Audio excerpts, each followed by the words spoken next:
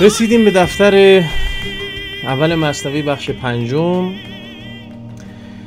همونطور که حالا تا اینجاش متوجه شدید، مولانا وسط داستان یک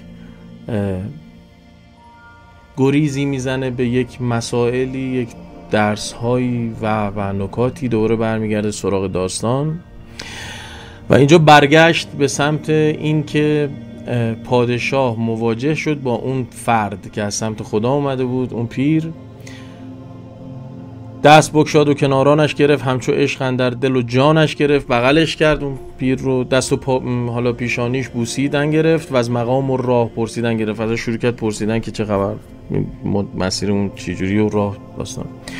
پرسان میکشیدش تا به صدر، گفت گنجی یافتم آخر به صبر. پیش خودش گفت که خب اون گنجی رو صبر کردم و پیدا کردم. پیر رو منظورش.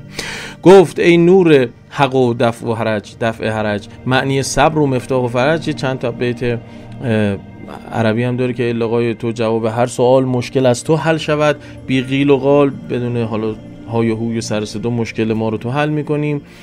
لقای تو جواب هر سوال مشکل است و حل شود، بی قیل و قال. ترجمانی هرچه ما را در دل است، دستگیری هر که پایش در گل است. تو دست ما رو میگیری از گل درمون، مرحبا یا مجتبی یا مرتضی حالا فلان. چون گذشتان مجلس و خان و کرم، این حرف و حدیثا که تموم شد، دست او بگرفت و برد اندر حرم. پیر رو برد پیش اون کنیزک که مریض شده بود. بس بحث حکیمان جوابو نبود، رفت سراغ مرحله دوم. در اینجا عشق اول که عشق دونپایه ظاهری، عشق پادشاه و کنیز بود، عاشق شدن پادشاه و عشقی که به کنیز به اون حالت حالا خیلی زیاد که هنوزم مبتلاشه. عشق مرحله دوم، مسیری که عشق اول باعث شد پادشاه بیاد به پیر برسه. و در ادامه بخش 6